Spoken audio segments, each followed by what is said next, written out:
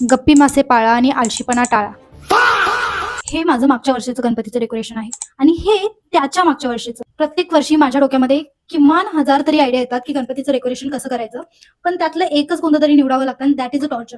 पण यावेळी मी ठरवलं की ठीक आहे, मी नाही करू शकत सगळ्याच आयडिया इम्प्लिमेंट, पण मी तुम्हाला ते शेअर तरी करू शकते. आणि आपण सुरुवात करतोय खूप सिंपल, पण ते पिन इंटरेस्ट वाले डेकोरेशन पासून.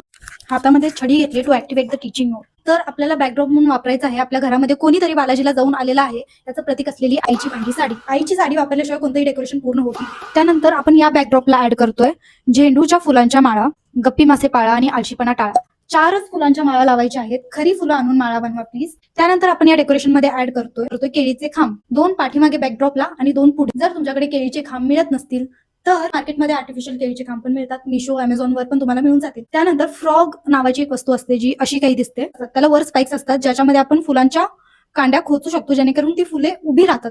ते फ्रॉग्स आपण असे बॅकड्रॉपला लावणार आहे. त्याच्यावर निशिगंध फुलाच्या कांड्या ज्या मिळतात त्या खोचायच्या आहेत. आता तुम्ही म्हणाल की आमच्याकडे निशिगंधाची फुलं मिळत नाहीत किंवा काय होतं, तर याच्यासाठी एक दुसरा ऑप्शन आहे. तो पण मी तुम्हाला सांगेन. आपले गणपती बाप्पा आले खांबांच्या मध्ये, दोन्ही साईडला समई आल्या. जसं की मी म्हटलेलं निशिगंधासाठी दुसरा ऑप्शन.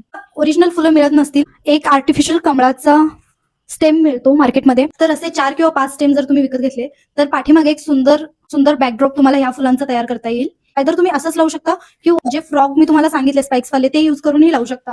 त्यानंतर शेवटी आलं लाईट्स. तर मी म्हणेन की मिनिमम लाईट ठेवा. एक फोकस लाईट गणपती बाप्पांच्या पाटाच्या मागे, एक लाईटची स्ट्रिंग अशी वाली किंवा थोडीशी ब्राईट वाली बॅकड्रॉपच्या मागे. तो हा तुमचा फायनल लुक तयार होईल जर तुम्ही लोटस वापरले तर. नेक्स्ट व्हिडिओमध्ये जे आपण आपल्या आईबाबांच्या जनरेशन मध्ये वापरला जाणारा हा प्रकार आहे जो आपण आता वापरत नाही, त्याच्यापासून एक कलरफुल आणि मस्त डेकोरेशन कसं करायचं ते शिकणार आहोत. तर नेक्स्ट क्लासला सगळ्यांचा अटेंडन्स हवा.